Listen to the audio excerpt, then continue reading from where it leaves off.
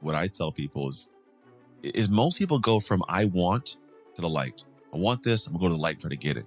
Those who are the most successful, whatever, they go from I want this, let me go dark, and they do. They tuck away, they learn, they prepare, whatever. Then they go to the light. And so when that happens, they have more energy.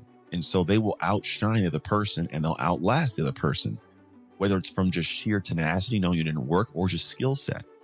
And a lot of people are missing out on the beauty of that moment, that feeling, that because we don't like the discomfort of the preparation. But when you can have a love for that process, when you actually love the process, you are the one that comes on the backside with vastly more. Like they say, the man who loves walking will be farther than the person that loves the destination.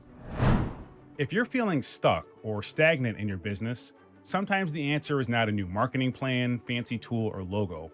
Sometimes the thing that needs to change is you. Today's guest, Anthony Trucks, has been forced to transform himself multiple times, and he's been through a lot. He's gone from a kid in the foster care system to the NFL and beyond. And today, he's sharing the guidance you need to make a meaningful shift in your life. This is the Launch Your Business podcast, because we know starting a business is challenging, but it doesn't have to be confusing. Each week, we'll give you the tactical advice and the necessary tools to scale your business without feeling burnt out. I'm Terry Rice, business development consultant and staff writer here at Entrepreneur Magazine. Let's dive in. Hey, look, we all know how important your personal brand is for your business. And I know you've heard this before, but it is the key to getting prospects to know, like, and trust you before you even talk to them. But here's the problem with that. Anyone can manipulate their personal brand to make it seem like they're someone they aren't. And I'm sure you've heard about that before too. You know, the influencers who rent cars, pretend to be successful, then ask you to pay them a bunch of money so you can be as successful as they appear to be. And that is why character branding is far more important than personal branding. I'll explain the difference. Personal branding is the projected image of an individual's personality, skills, experience, and behavior that defines their unique identity. In case you didn't realize it, yes, I did Google that. Your character is the sum of all qualities that make you who you are, your values, your thoughts, your words, and your actions. Therefore, character branding and the associated perception people have of you is the byproduct of consistently being true to who you are. Personal brands can be quickly built and maintained by deliberate processes. Character branding takes time and must be consistently reinforced during impromptu moments and all those little moments in between. So anytime you've seen a celebrity like blow up at like a cab driver or something, and you're like, I can't believe he did it. Well, that's his character. The personal brand is what you see on Instagram. Him getting angry at a cab driver is his character. So why are we even talking about this? Well, it has a lot to do with today's guest, Anthony Trucks. And I first saw Anthony when one of his Instagram ads popped up in my feed. But it wasn't him that caught my attention. It was a University of Oregon football helmet that appeared in the background. And my wife played soccer at Oregon, so out of curiosity, I asked her if she knew him. She immediately started gushing about how nice a guy he was, how he went through some struggles, including having a child while in college, but still came out successful. And now he helps others push through their own challenges as well. So let's stop here for a moment. Part of Anthony's personal brand is focused on his time as a college and NFL football player. That's why the helmet was in the background. But his character, the stuff you can't make up, is what my wife remembers, and it's why people trust him to help them make meaningful shifts in their life. And here's one thing I really like about Anthony. As you may have noticed, there are a lot of experts out there who claim to have some magical solution that'll transform your life. Oftentimes, they might sound great, but they don't have the lived experience that makes them a credible source of inspiration and information. Or as my dad would say, they're all sizzle and no steak. That's not Anthony. His journey has taken him from foster care to the NFL and beyond, so he knows what it takes to achieve meaningful change. And I know a lot of you listening may be going through a shift of your own. Maybe you just started your business, or you're trying out a new approach. Either way, the life of an entrepreneur is not stagnant, so it's crucial for you to pick up the tools needed to successfully shift to the next phase.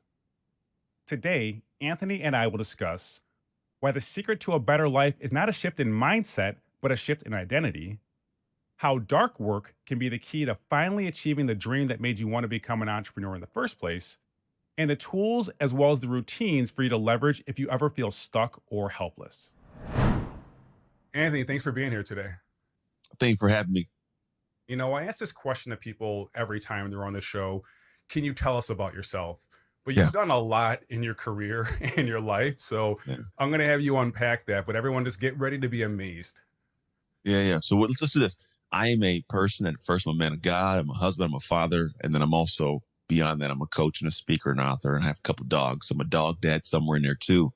But I guess myself as a human, I believe I'm a human that was, I'm going to say, gifted a lot of crazy hardships as a kid that I didn't quite know were gifts back then, because as life went on, I was able to utilize those moments to develop, I think, a thicker skin, and also so-called some nuances that are good intangible character traits that I was able to redirect the energy and actually have some great things happen in life. So going from a crazy kid as a foster care given away to eventually playing in the NFL after getting a college scholarship, having a kid when I was in college and navigating the whole ups and downs of that, getting divorced, getting remarried, building a business, all the things that honestly most people, they dream about doing. I actually do, but I do them from a place of like never even having the dream like most people did. I just dreamed to have the baseline of like, I want to be loved, want to be accepted. And now I've built something pretty cool. So the best thing that I can try to do with my life now is pass that on in some way to my kids, but also the rest of the world. So what I'm hearing though is a mindset shift. And you yourself said the secret to getting what you want is having this mindset shift. And one of my other mentors said, hey, if you ever want to be successful at anything, write down what you have to do, become, and sacrifice, right? So you're really big on that becoming part and just changing your identity. But how did you come to this conclusion? Like, was it when you were younger? Like, where did you learn how to just turn these bugs almost into a feature that just built your brand and helps you help other people as well? I don't know if so I think there's a learning, which is more of an awareness, right? I think I was always doing it, to be quite honest. I think most of us doing things, and at some point you become presently aware of what you were doing. And so when I go back through my life, I go, I was doing this more than I realized I was doing it. It took me to like a really like adult rock bottom around, shoot, I want to say maybe early 30s, 32, 33, where I'm like, I don't want to do this life thing anymore. And then like I navigated and had some conversations and found all these little pockets where I had done some things and beat a bunch of odds to get to a great place in life. But I think for me, as I look at like we'll call it the whole journey of it all, it really was somewhere it wasn't unique to me. It was just the fact that I had these opportunities and actually saw the benefit at certain points in life where I go, well, because I played football, I understand how to compete, or I have intangibles, I understand how to be, on time, or I have a certain way to communicate because you have to communicate with people in the football field, or a coach, or you have to do media training, right? So these little nuanced pieces became beneficial. I just found a different play to later on apply them to life to get some cool things. Let me follow up here, right? Because I know that one of your speaking topics is make shift happen, and I want to Yeah. learn more about that. But why do you think some people stay stuck in a mindset that doesn't serve them? Because I just listening to you, I understand like you're saying, okay, here are the cards I was dealt. Now, what's the best thing I can do out of this? And then you use Yeah. we'll call it an exponential mindset to achieve that. But why do you think some people just stay stuck where they are? So the thing is interesting is mindset and identity are actually different things. They're different, but in the same kind of area or arena. So mindset's the way your mind operates in real time, how you function, how you process, how you think. Whereas identity it's actually for the most part an unconscious thing you do. For the most part, it's who you are when you aren't thinking about who you are. A lot of my life, I didn't realize I was building my identity and then operating from that place. Now, what you would look at is go, oh, that guy, he has a strong mindset. But no, that was just how he identified as a person that wasn't going to miss this, was not going to, miss an email, wasn't going to back down, wasn't going to, work anything less than it's his best. And you call it a mindset. He goes, that's just Bob. Like that's just who I am. I become this person. And we have this really interesting part as humans, which is we have this crazy deep desire to be in alignment. No matter what it is, I want to be aligned to that. If I'm the guy that always does a backflip every day, I'm going to do a backflip every day because that's who I am, right? That's how I identify.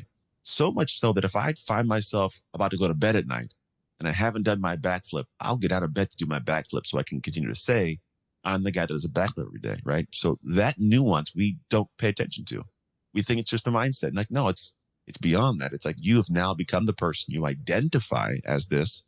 And in motion, in flow, we describe your identity and flow as your mindset, but it's so much more. Let me try to unpack this a bit more, because some of what you're talking about, I think intuitively you're just built that way, right? It's your identity and it's your mindset. But I know your goal is to help other people Mhm. make shift happen. So did you struggle with just kind of deconstructing how people can follow your lead? Yeah. So there's two parts to that. The first part of it is have a working model of it. I think if you have no working model, then you have no idea what buttons to push and knobs to turn and that kind of thing. So I was able to find through like a bunch of research, like there's for the most part kind of six areas that are our identity operates within. It's beliefs, thoughts, and actions. And if you make them like a Venn diagram, the overlap between beliefs and thoughts is your mindset, which fits your actions and your thoughts becomes your actual habits. We'll call it in between. Am I doing this thing consistently? And beliefs and actions is an interesting thing. It's where actually your ego exists. So my beliefs are what I should do, and do I do it? And it's a positive part or the negative part, or the sense of the chip on your shoulder, how confident I am in what I've done. Because if I believe I'm supposed to get a workout in and I don't do it that day, take the action, I go, oh, you suck. But if I do, I'll go, hey, look at me, world, you know?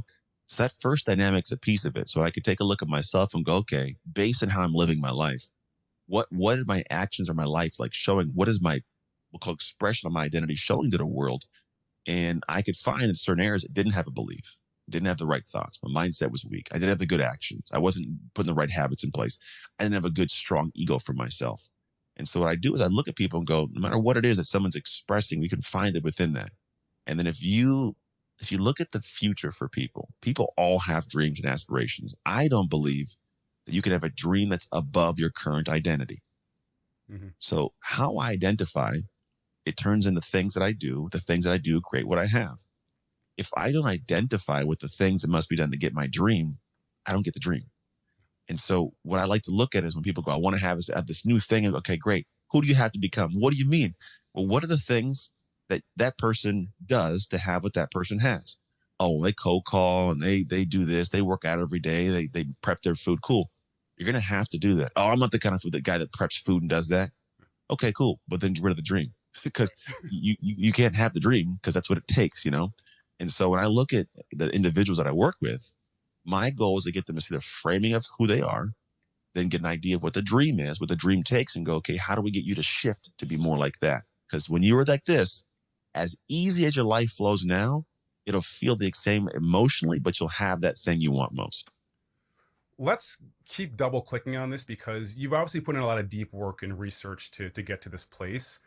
But sometimes when people give advice, it seems trite, like money can't buy happiness. Well, you've never been Mm. broke then. Because if you Yeah, got bills to pay, you know it's going to make you happier, money, right? the So, money. Yeah. what I want to do, just so the audience fully understands you, is what would your life like when you're doing all this research to become Mhm. the person that you are now, this deep work that was involved in this understanding identity and mindset? Yeah. Well, at first it was a crappy experience of life because I'd gone through this journey where I was, divorced from my ex-wife and I got, I'm a single dad. I'm not in great shape. Business isn't doing very well. And what we typically do is we try to find ways to alleviate the pressure of our energy and our feeling. And we definitely want to alleviate our self of blame because to have all that and then compound that it's your fault, that sucks. And nobody wants to feel that way. And so I found myself in a situation where I'm like, well, my life sucks, but the only common denominator in all of this is me. Like I'm the one, I'm the common denominator in all my problems. So I go, okay, crap. Well, I guess that means that either I'm responsible or I'm allowing these things. Mhm. So which one is it? And so the more I dug in, I go, well, some areas I'm heavily responsible for it. And some areas I'm just allowing it. Why am I allowing it? And so it taught me to kind of see like, okay, there's a tie to all these sucky things in life that is me. So it might be me. Mhm. And if it's me, how is it me? It's a label or just a statement I love. I think it's a guy named Tim Murphy, and it goes, it's hard to see the label when you're inside the jar. Right. And the more you take a look at the label, the more you start finding out like it's your identity. And so it wasn't, and then that taught me to go, okay, now that I see this and it's my identity, what is my identity? And how does that work? And what does it fit into? Just get started. If you've ever looked for tips on launching a business, just get started seems to come up a lot. And while that's vaguely motivational, it does not provide any real direction. Because the next logical question for anyone would be, well, how do I get started? What specifically should I do? Well, if you're looking to quickly start a business without the confusion, risk, and pressure of doing something entirely new, I have got a solution for you. It's called the Solopreneur's Fast Track, a step-by-step process on how to start a business using the skills you already have and actually enjoy using. So let's say your favorite part of a previous job was email marketing. You'll learn how to start a business offering other companies advice on how they can improve their email marketing. Or maybe you are really good at integrating complicated tech tools. You can help other organizations do the same thing without the need to bring on a full-time hire. So the main point here is that everything you need to start a business is already within you. You don't need a cool website or fancy tools. And by completing the course, you'll also discover a simple approach for attracting clients without using complicated funnels or cheesy sales tactics. You can finish it over a weekend and start making money in as little as 30 days. You'll gain the clarity and confidence you need to start your business and receive a one-page business plan so you can immediately apply what you've learned. Get started today and receive a 20% discount by heading to terryrice.co/fast. That's terryrice.co/fast. One thing that you talk about is using dark work. And for me, I just love the term because I love the whole Mamba mentality and all this stuff. And Yeah. so I'm not sure if that's aligned with your Oh, it is. definition of dark work, but let me know how I can say it better. Here's the thing that I look at. So we talk about identity shift being my destination for people. You have this identity. I want to elevate my identity. I have this dream, right? Okay. Well, how do we get there? If that's at the top of the hill, I have to get to the top of the hill somehow. There's a vehicle that'll take me there. The vehicle for me is the dark work experience. And here's why. At a neurological and psychological level, that's how our identity is in us. It's just how we think, how we process instinctually. But that was all, it's all created through different experiences. It's the only way to have it happen. You saw something, felt something, whatever it may be. If I for some reason see a dog and I got bit by a dog and you didn't, you'd have a different response because of your experience. You're wired differently. And so I look at it and go, well, the only way to get me to that level is that experience. But most of us do it either on demand or when crap hits the fan. And then you find out what you're capable of. You rewire yourself a little bit. But all of this takes place in a moment in the dark because we need that moment in the light. And here's why. There'll be a situation that me and you run into at some point in different areas, no ways, but it's going to be a moment that needs you in that moment to be clear, concise, and actually have this, I call it a dominator's identity. An identity that's like, I'm not going to lose this situation. I'm not going to mess up. I'm going to stay in alignment. I'm going to do it. But that mentality comes from the work you did in the dark. It's why the mentality of a dominator is, I've done too much work in the dark to lose in the light. Now, for me, it's like, am I going to lose as a parent? Am I going to lose as a husband? Am I going to lose, in a soccer game? It doesn't matter what, I'm going to win because I want to do the work. But the beautiful thing is, it doesn't mean that I hate anybody. It's not a sad thing. It's not a bad thing. It taps into the part of us that has pure, powerful energy from a place of pride. When we've done the workouts and I've done the lifts and I've sacrificed and I haven't eaten the candy bar and I've read the books, when you come to this podcast, there's a sense of you. It's like, I'm not going to lose in a lot. I'm going to dominate this episode because I'm great. I've earned this, right? I've done the work. And so the realistic part is every part of who we are currently, it's all happened in the background where it was dark. It was unsexy. It was sometimes ridiculed, misunderstood. But that work we did has created the person that everybody sees in the light that your wife also respects and loves. So while she may not love the process, she loves the outcome without even knowing it. It's funny. I think the same thing to myself when I'm working out, right? Because I do CrossFit 4 or 5 times a week. And we're all supposed to keep track of our scores. They write them on the board, X, Y, Z. Yeah. And I'll see grown men cheating. And I'm like, bro, there's no way you did 10 pull-ups just now. What do you, what's the point here? And that's the same thing that goes through my head. I'm like, look, sure, I'm tempted to cheat or half-ass this or whatever, but this is the dark right now. But when I'm out in the light, when I'm on stage, like you and I are on stages, talking at conferences, I'm like, that's why I'm doing this stuff. So just like you and me, it's like, oh, these guys are dads, but they're actually kind of in shape. How do I do that too? Well, I'll show you again. It is. Personified version. You can't hide it. That's the cool thing about dark work is really what it turns into. There's what the original quote was. Our team changed it for branding purposes. But here's what it used to be. It came from when I played football. I was 15 years old, and it's off season where I sucked for 2 years, and I came back an animal. I did all this stuff in the background, but here was the mentality. I've done too much work in the dark for you to take what is mine in the light. That was the original. And it'll still be in my soul as the original because you just talked about a moment. The guy did CrossFit. I promise you this, if it's me and that dude and he's cheating in CrossFit, when it comes time to compete, there is no way on God's green earth. If I know you cut corners, you're beating me. Doesn't matter what you do. I will take and eventually you physically won't because you cut corners. But the idea is people want to have that bright, that light, But some, we're all in the light, but some just shine brighter. And the ones like the Kobe's and the Serenas and these individuals have done the stuff that you never will see. You'll never know. But that's the sole reason why they're shining so brightly. They go, oh, they're magical. No, you have no idea how much they died in the dark to be able to shine the light. I can't remember the exact like way it happened, but I think it was like Kevin Hart who saw like Jimmy Fallon practicing before he went on his show. And he's like, Jimmy Fallon has to practice to be Jimmy Fallon. But yeah, like that's that dark work. Even though this person's an expert and has done it for years, it's like there's still stuff you're doing to prepare for it. Yeah. That's the fun part for me, man. That's why and it's actually a brand I've built out. We were launching this a little bit later this year, but it's the core. I think what's cool is everybody can attest to having done that. Everybody can attest to a window of time where nobody saw. I got guys that plumbers talking about when they did the dark work under a house and nobody saw, which is beautiful because it's a human thing. And I think in our day nowadays, most people, they want to be like, hey, look at me, world, on my social media. And they just all want to shine. But they don't realize that most of the people we admire, that we know the most now, there was for sure a pocket of 10, 15 years that no one knew their name, but they were doing the work. So that when they did come to the light, there's just this power that is coming for dark energy, we'll call it, that's fueling them and how they show up, how they shine, their charisma, their intelligence, their knowledge, their whatever it may be. But that is not accidental. And you don't get that without having done that work. What I tell people is most people go from I want to the light. I want this, I'm gonna go to the light and try to get it. Right. Those who are the most successful, whatever, they go from I want this, let me go dark. And they do. They tuck away, they learn, they prepare, whatever. Then they go to the light. And so when that happens, they have more energy. And so they will outshine the other person and they'll outlast the other person, whether it's from just sheer tenacity, knowing you didn't work, or just skill set. And a lot of people are missing out on the beauty of that moment, that feeling, that because we don't like the discomfort of the preparation. People don't like the discomfort of having to turn everything off and get into that flow zone that you stated. But when you can have a love for that process, when you actually love the process, you are the one that comes on the backside with vastly more. See, like they say, the man who loves walking will be farther than the person that loves the destination.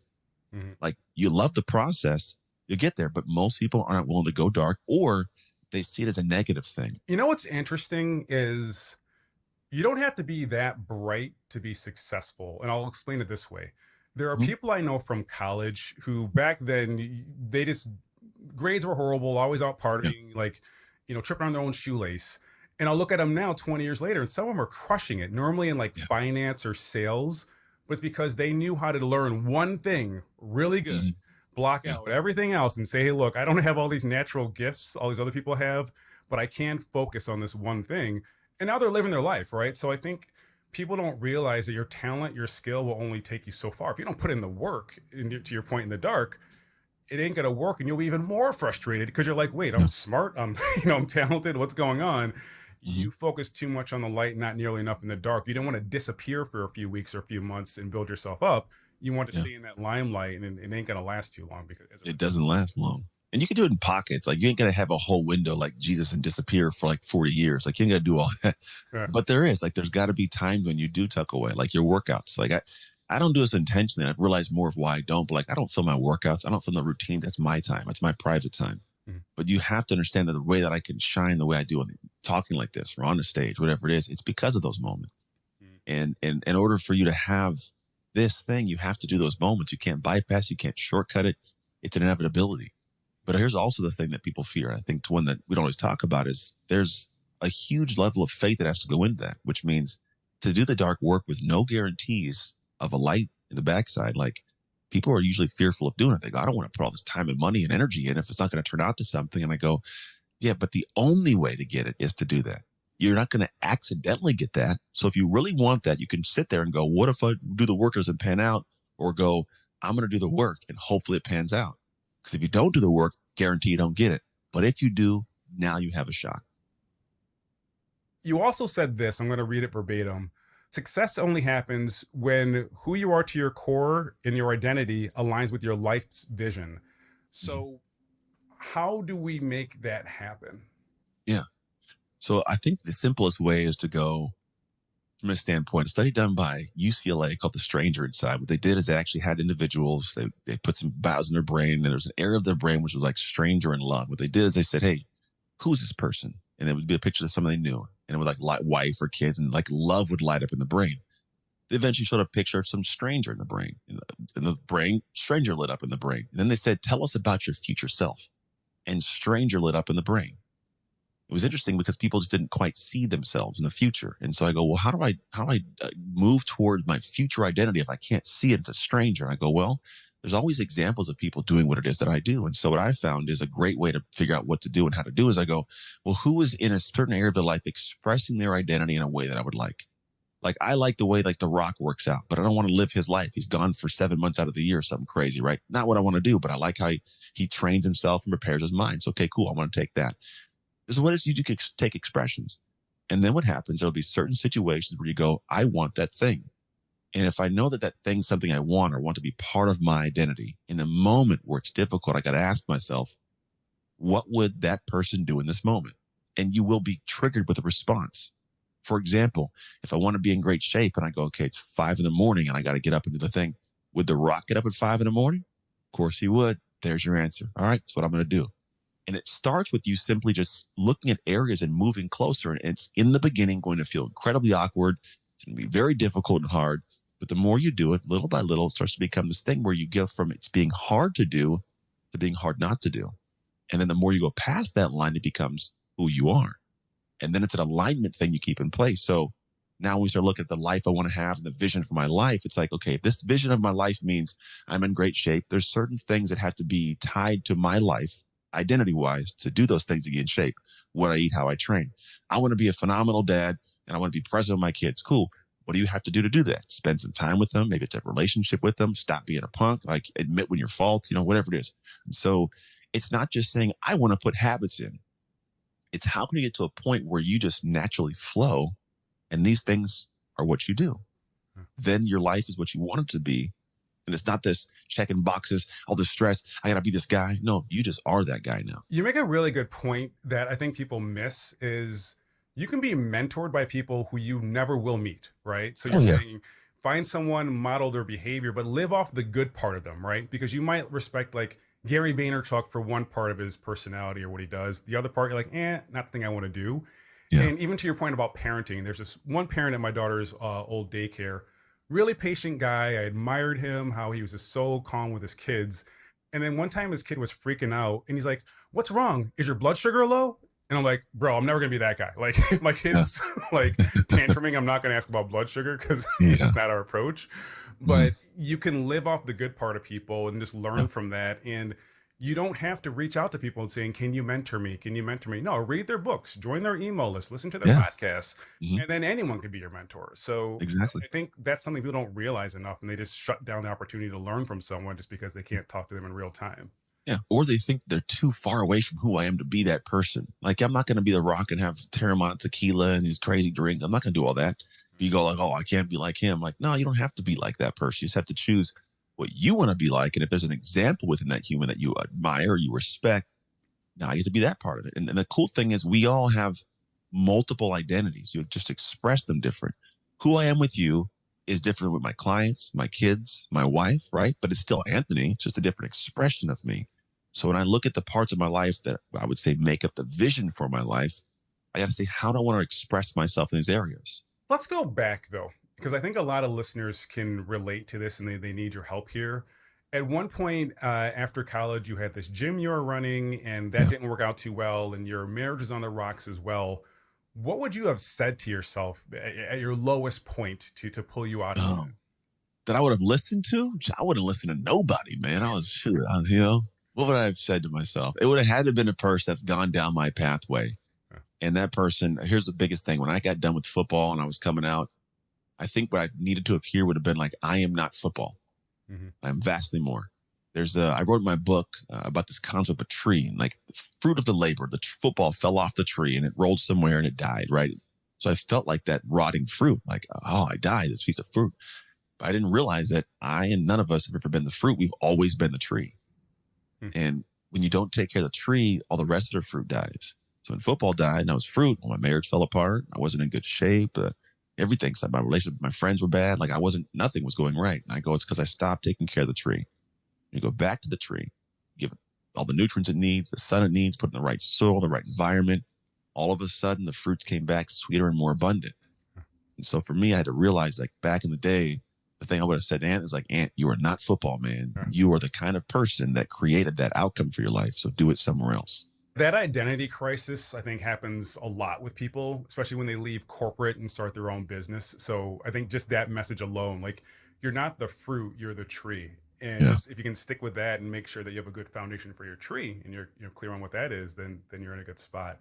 But you Mhm. mentioned your book. Can you tell us more about that and just even more broadly how you help people through coaching and your other programs? Yeah, yeah. So the book's called Identity Shift, and it's a two-part book. It's one book. It's not crazy long, but the first part is the concept. So what is it? How does it work? Someone gets a working model of it. The second half of the book is quite literally my process called the shift method of how you will tactically make an identity shift. It's a process to do the roots and fruits, uncover everything. There's workbooks that go with it. But my big thing is I need somebody to be able to step back one day and then take a look at their life and go, I don't know how to put myself back in the headspace I was a month ago, 2 months ago, 6 months ago. Because I look at myself and I go, man, who was Anthony back in 6 years ago? Like, it's a different guy, which tells me that I have elevated my identity. We have a 90-day window we work through. But my thing is to sit down with you and go, okay, what do you want? Who do you want to be? How are we going to put this together? And then we tactically make it action. We infuse it into your life. We put you through the whole process. You kept accountable at doing it. I'm asking a lot of questions. You have a lot of brilliant responses, but is there like one question that almost nobody ever asks you, but they Yeah. should because the response will be so powerful and so helpful? You know, I think about that and I don't know. I've had people ask the same question. I go, I don't know what I would ask. Because there's a lot of stuff in my head I don't even know is in there until someone asks the question that comes flying out. And I go, oh, I didn't even know that was existed inside of my brain just now. Well, let me ask you this. Are there Yeah. days when your actions do not align with your mindset and your methods Oh, and yeah. your motivations? And how do you get yourself out of that? Yeah, yeah. So the biggest thing I do is I am not disciplined to the emotion of things. I'm disciplined to an actual plan. Of all things that runs my life is a structure of what my days look like. And it includes everything from time with my family to time at work. But I noticed that what we do is we run off emotions. So when you're disciplined to an emotion, if you feel good, you do it. If you don't, you don't. And if you don't do it, you feel worse for not doing it. Right. So it's a weird, vicious cycle. So I go, all right, what's the thing say today? Do I feel like doing it? I don't. All right. What do I get done? And then there's days where I don't do it and I feel crap about myself, but I go, all right, as opposed to making this last for 6, 7, 8 days, what's supposed to be done for my docket? What's on my schedule? And then I'm going to lean in the next day and do it. Here's a cool thing. Action ends suffering. The actions of doing something when you don't feel like doing it is what ends the suffering feeling.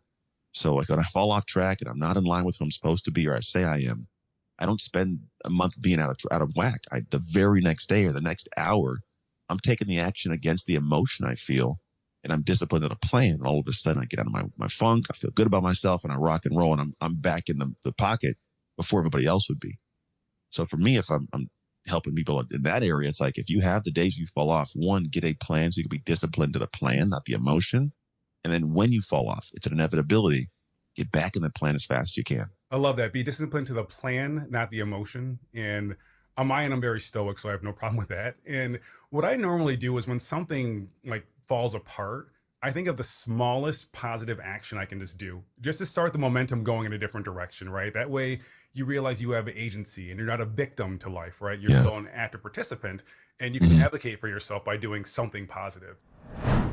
I don't want to take up too much of your time here. So I'm wondering if there's anything else you want to share before we part ways. And then also, where can people learn more about you? Yeah, yeah. I got nothing crazy to share, man. This is more than enough. I'm sure. I got all the details that they could need. I'm sure just in this little conversation. If you do want to find out more, if you're like, hey, I want to hear more about it, go to Instagram at Anthony Trucks or AnthonyTrucks.com. Simple way to come find me. And that's our show for today. And there's lots to unpack here, but here's what really stood out to me: the need to get clear on your identity. Who are you to the core, outside of your job title or the more obvious descriptions? It has to start there. Then get clear on your goals. Who do you want to be? A successful entrepreneur? A sought after public speaker? This part is important because you can't make a shift if you're not sure what you want to become after. From there, find examples of people who are already living in the vision you made for your life. And here's the thing: you don't have to connect with them personally. Don't limit yourself. Just follow their actions, read their newsletters, watch their videos, follow them on social media, and in time, you'll be able to reverse engineer the steps they took to succeed. But here's the cool thing. It goes further than that. You'll even be able to think like them to an extent and somewhat provide yourself with the same guidance they would give you in real time. And if you're looking for people to follow, of course, I highly recommend Anthony Trucks. You can find him on Instagram at Anthony Trucks and his website, anthonytrucks.com. So be sure to check Anthony out. He's a good guy. Again, my wife would not say this 15 years later if he wasn't, and I know he wants to help you get unstuck. Thanks again for listening, and I'll catch up with you next time. Apply what you've learned on today's show. You'll find the show notes and more resources at terryrice.co/podcast. Again, that's terryrice.co/podcast. And the best way to support this podcast is by subscribing, telling a friend, and leaving a review. Also, you can get more tips by following me on Instagram at It's Terry Rice or follow me on LinkedIn. This episode was produced by Josh Wilcox of Brooklyn Podcasting Studio and edited by Dan Lardy. Special thanks to my wife, Dominique, for keeping our kids relatively quiet as I recorded. Thanks again for listening. I'll see you next time.